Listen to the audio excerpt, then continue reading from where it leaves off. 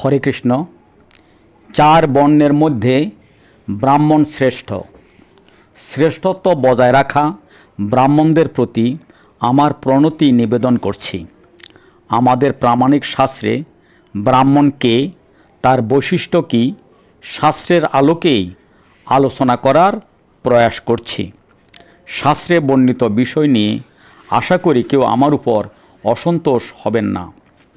আমাদের বিভিন্ন প্রকার কর্মে অর্থাৎ পূজা পার্বণে, শ্রাদ্ধে, বিবাহ শাদীতে ব্রাহ্মণের প্রয়োজন হয়। আমাদের বৈদিক কর্মগুলো সুচারুরূপে সম্পাদন করার জন্য কী বৈশিষ্ট্যের ব্রাহ্মণদের আমরা আহ্বান করব, তাহাই আজকের আলোচ্য বিষয়। মানবজাতির আদিপিতা মনু সংহিতা থেকে দ্বিতীয় অধ্যায়ের 157 শ্লোক, যথা কাষ্ঠময় হস্তি যথা চর্মময় মৃগ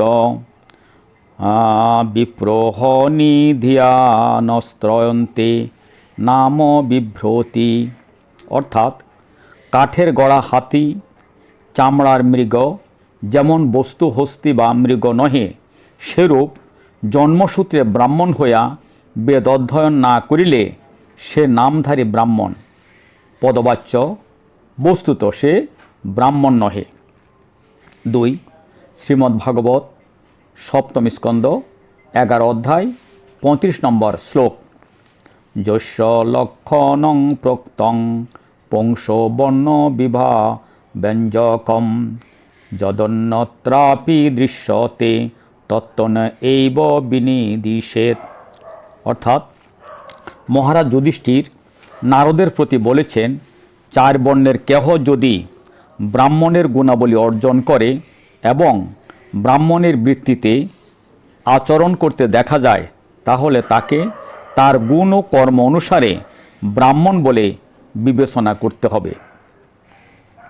3 মহাভারত শৈল্যপর্ব 108/8, শূদ্রে চৈতদ্ভব লক্ষণং দ্বিজে তচ্ছন বিদ্যতে নবে শূদ্র ভবে চদ্র ব্রাহ্মণে ব্রাহ্মণ নন ন চহ। অর্থাৎ শূদ্রে যদি বিপ্র লক্ষণ দেখা যায় এবং ব্রাহ্মণে যদি শূদ্র লক্ষণ উপলব্ধি হয়, তাহলে শূদ্র শূদ্রবাচ্য হয় না এবং ব্রাহ্মণ ব্রাহ্মণ হইতে পারে না।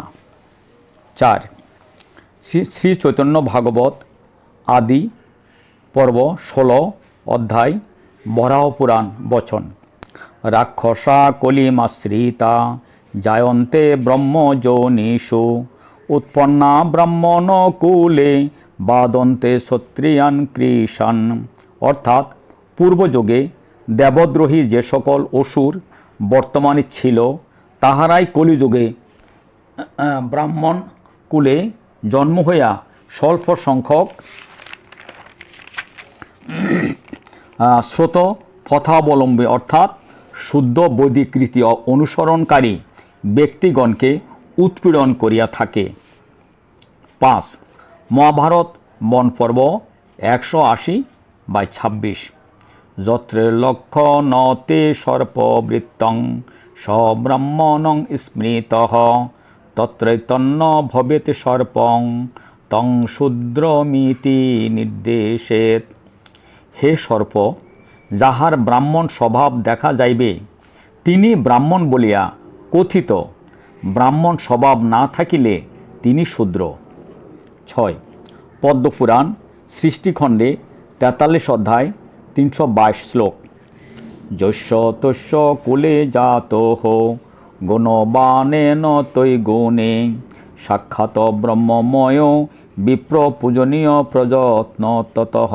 অর্থাৎ যে সে কুলে জন্মগ্রহণ করুন না কেন, গুণবান তাহার গুণসমূহের দ্বারাই সাক্ষাৎ ব্রহ্মময় ব্রাহ্মণ, তাহাকে বিশেষ যত্নের সহিত পূজা করা কর্তব্য। 7 হরিভক্তিবিলাস দ্বিতীয় বিলাস 7 সংখ্যাধৃত তত্ত্বসাগর বচন, যথা কাঞ্চনা তাং জাতি কাংসং বশ বিধানতঃ তথা দীক্ষা বিধানে ত দ্বিজত্বং জায়তে নিনাম।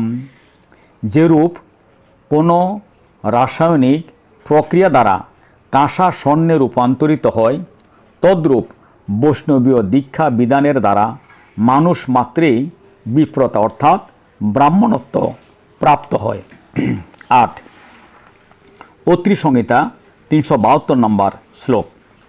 ব্রহ্ম তত্ত্বং ন জানাতি ব্রহ্মসূত্রেণ গর্বিতঃ তৈ এনেব সচ পাপেন বিপ্র পশুরোদারিতঃ। অর্থাৎ যে ব্রাহ্মণ কুলোদ্ভূত ব্যক্তি বেদ বা ভগবত তত্ত্ব বিষয়ে অনভিজ্ঞ থাকিয়া কেবলমাত্র যজ্ঞোপবীতের বলে অতিশয় গর্ব প্রকাশ করে, সেই পাপে সে ব্রাহ্মণ পশু বলিয়া খ্যাত হয়। 9 মনুসংহিতা 2 অর্থাৎ দ্বিতীয় অধ্যায় 168 নম্বর শ্লোক। যোহনধিত্য দ্বিজ বেদ মন্ত্র কুরুতে শ্রমম সজীবনেব শূদ্রত্তমাসু গচ্ছতি সান্নয়ঃ। অর্থাৎ যে দ্বিজ বেদ অধ্যয়ন না করিয়া অর্থাৎ ব্রহ্মজ্ঞ হইবার চেষ্টা না করিয়া অন্য বিষয়ে লাভ পূজা প্রতিষ্ঠার জন্য উদ্গ্রীব, তিনি তার জীবিত অবস্থায় স্ববংশে শূদ্রত্ব প্রাপ্ত হন। 10 মনুসংহিতা শ্লোক 131। সহস্রৈহি সহস্রা অন্ন মৃণাং চাং যত্র ভুঞ্জতে একস্থান মন্ত্রবিত প্রীতঃ সর্বান হতি ধর্মতঃ। অনুবাদ, অর্থাৎ যে শ্রাদ্ধে সহস্র গুণিত সহস্র অর্থাৎ 10 লক্ষ বেদ বিদ্যাবিহীন ব্রাহ্মণ ভোজন করেন, সেই শ্রাদ্ধে যদি একজন বেদবেত্তা ব্রাহ্মণকে ভোজনের দ্বারা পরিতুষ্ট করা যায়, তাহলে ধর্মোৎপাদন বিষয়ে এই রকম একজন ব্রাহ্মণ ভোজনের ফল সেরকম 10 লক্ষ ব্রাহ্মণ ভোজনের ফল সম্পাদনের যোগ্য হয়। 11 মনুসংহিতা 143। দাতুন প্রতিগ্রহিতাঙর্ষ কুরুতে ফল ভাগিনঃ বিদুষে দক্ষিণা দত্তা বিধিবত প্রত্যচহ চ। অর্থাৎ শাস্ত্রবিধি অনুসারে বেদবিদ ব্রাহ্মণকে দক্ষিণা ভোজন সামগ্রী দান করলে ওই দান ইহলোকে ও পরলোকে দাতা ও গ্রহীতাকে উপযুক্ত ফল ভাগী করে। অতএব বেদবিদ ব্রাহ্মণকেই দান করা উচিত। 12 হরিভক্তি বিলাস 10:91। নমেহ ভক্ত চতুর্বেদী মদভক্ত সপচহ প্রিয় তস্মৈ দেং তত গ্রাহ্যং সচ পূজ্য যথামহম।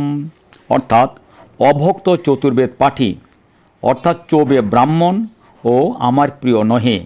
পক্ষান্তরে মদভক্ত চণ্ডাল হইলেও আমার প্রিয়, সেই ভক্তকেই দান করিবে এবং ভক্ত হইতে প্রসাদ গ্রহণ করিবে। ভক্ত আমার মতো পূজনীয়। শ্রীমদ্ ভগবদ্গীতা 18তম অধ্যায় শ্লোক 42। সমদম তপশৌচ ক্ষান্তিরার্জবম মে চ জ্ঞান বিজ্ঞানম আস্তিকং ব্রহ্মকর্ম স্বভাবজম। অর্থাৎ অন্তর ইন্দ্রিয় সংযম, বহিরিন্দ্রিয় সংযম, তপস্যা, শুচিতা, সহিষ্ণুতা, সরলতা, শাস্ত্রীয় জ্ঞান, ধর্মপরায়ণতা, বিজ্ঞান ও আস্তিক্য ব্রাহ্মণের নবগুণ অত্যাবশ্যক। অর্থাৎ যে বিষয়গুলো আলোচনা করা হয়েছে, আমরা যখন আমাদের নিত্যকর্মে নৈমিত্তিক কর্মে বিভিন্ন কারণে যখন আমরা ব্রাহ্মণদেরকে আহ্বান করব, তখন আমরা একটু চিন্তা করে দেখতে হবে ব্রাহ্মণদের শাস্ত্রে উল্লেখিত এ সকল গুণাবলীগুলো আছে কি না।